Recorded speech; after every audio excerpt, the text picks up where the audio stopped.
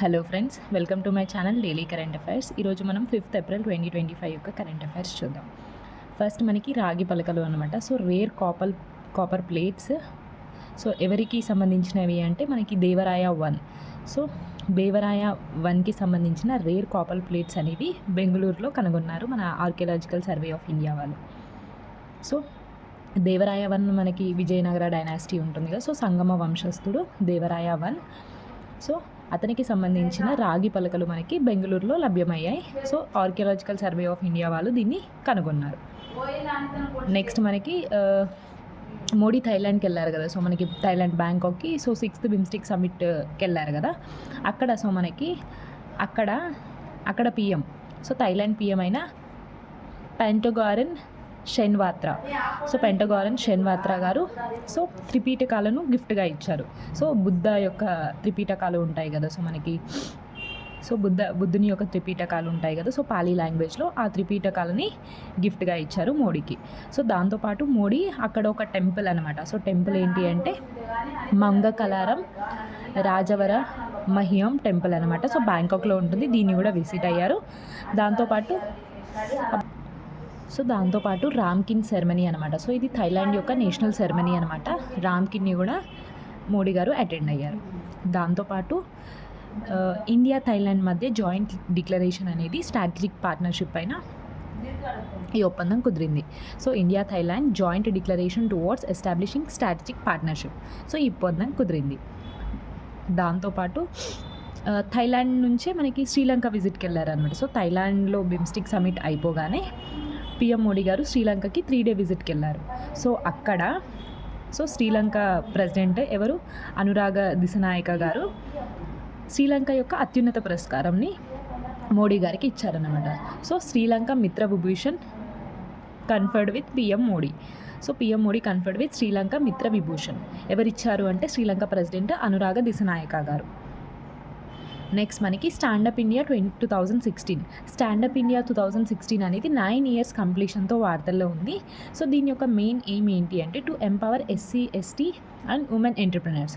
So women's SC/STకి support చేయడానికి ఈ స్కీమ్ అనేది స్టార్ట్ చేశారు. ఎంటర్ప్రినర్స్, సో లైక్ బిజినెస్ ఉంటుంది కదా, దాంట్లో సపోర్ట్ చేయడానికి ఈ స్కీమ్ని స్టార్ట్ చేశారు.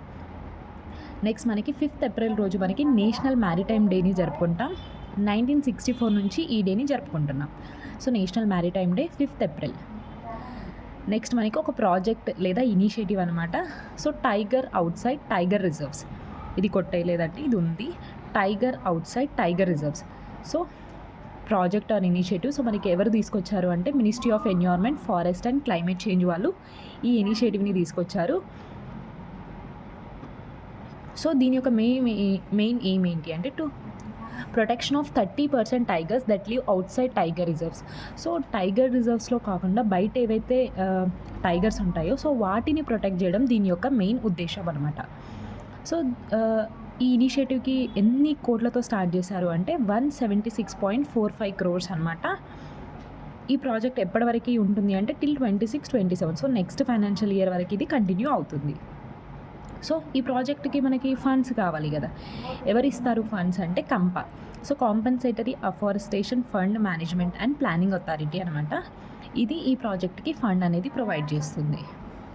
ఫస్ట్ సో మనకి పైలట్ ప్రాజెక్ట్గా సో మనకి 80 డివిజన్స్ని ఇది కవర్ చేస్తుంది 10 states.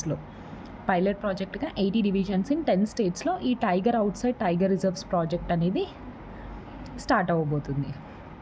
సో చాలా important. Ministry of environment, forest and climate change వాళ్ళు దీన్ని స్టార్ట్ చేశారు. సో ఎప్పటి వరకు ఉంటుంది, నెక్స్ట్ ఇయర్ 26-27 వరకు ఈ ప్రాజెక్ట్ అనేది కంటిన్యూ అవుతుంది. 176 crores తోటి అనమాట. నెక్స్ట్ మనకి India's centre's intangible cultural heritage site. So ఇది యునెస్కో కల్చరల్ ఇంటాంజిబుల్ కాదండి, మన సెంటర్. సో మన సెంటర్ గవర్నమెంట్ ఉంటుంది కదా. సో సెంటర్ గవర్నమెంట్ డిక్లేర్ చేసే centre's intangible cultural heritage list అనమాట. సో ఇందులో రెండుటికి చోటు పొందాయి.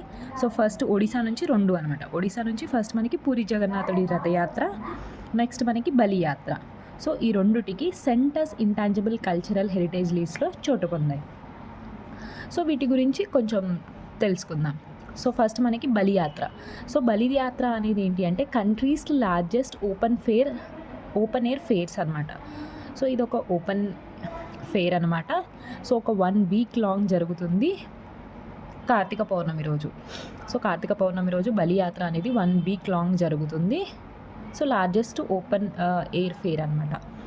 నెక్స్ట్ మనకి జగన్నాథుడి రథయాత్ర. సో జగన్నాథుడి రథయాత్ర మనకి పూరి జగన్నాథ రథయాత్ర అంటే సో తెలియని వాళ్ళు ఉండరు కదా. సో ఇది 9 days జరుగుతుంది.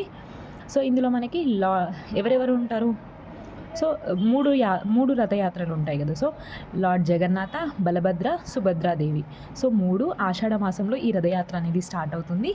సో ఆ రథయాత్రలకి పేర్లు ఉంటాయన్నమాట. సో ఇప్పుడు జగన్నాథుడికి ఏం పేరు అంటే నందిఘోష అని, అదే బలభద్రుడికి అయితే తలధ్వజ, ఇంకా సుభద్రాదేవికి అయితే ధరపాదలన్.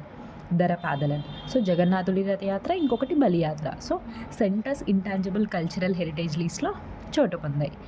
నెక్స్ట్ మనకి హమారీ పరంపర హమారీ విరాసత్ ప్రోగ్రామ్ అనమాట. న్యూఢిల్లీలో దీన్ని లాంచ్ చేశారు మినిస్ట్రీ ఆఫ్ పంచాయతీరాజ్ వాళ్ళు. ఎవరి సహకారంతో అంటే గవర్నమెంట్ ఆఫ్ జార్ఖండ్. సో యాక్చువల్గా ఇది జార్ఖండ్ వాళ్ళ ప్రోగ్రామే, కాకపోతే దీన్ని న్యూఢిల్లీలో నిర్వహించారు మినిస్ట్రీ ఆఫ్ పంచాయతీరాజ్ హెల్ప్ తోటి. సో దీని యొక్క మెయిన్ ఎయిమ్ ఏంటి అంటే to preserve tribal cultural heritage.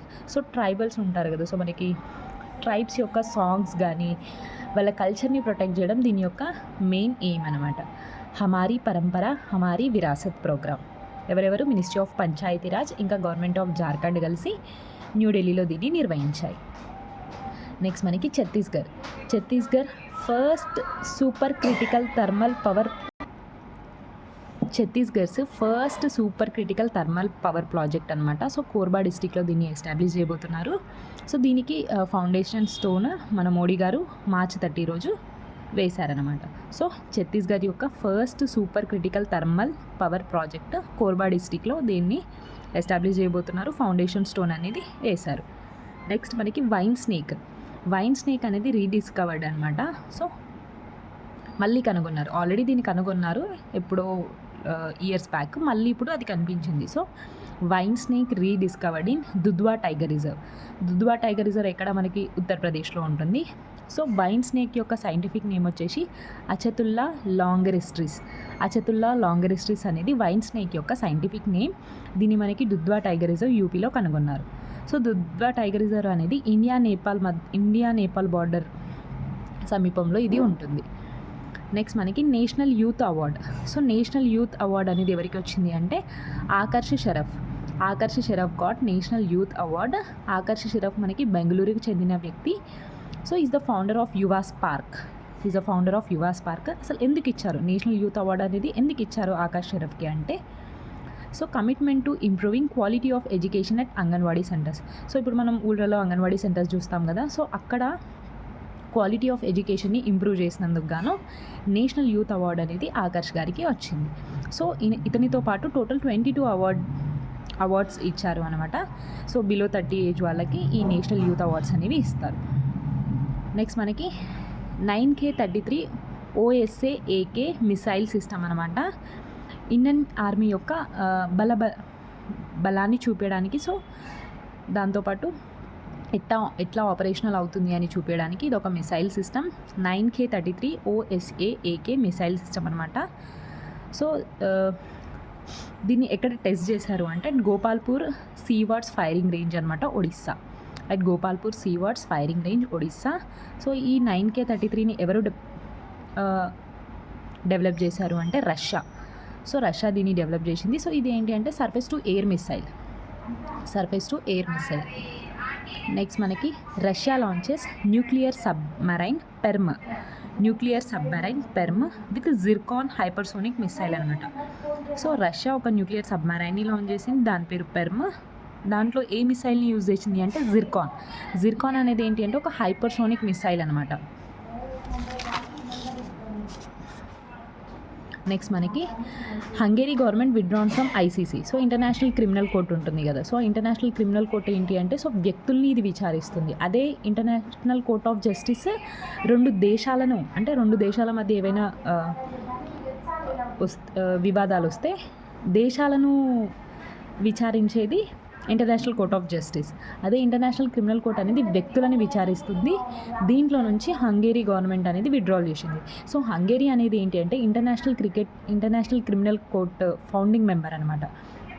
So international criminal court ఎప్పుడైతే ఎస్టాబ్లిష్ అయిందో అప్పుడు హంగేరీ గవర్నమెంట్ కూడా ఉంది.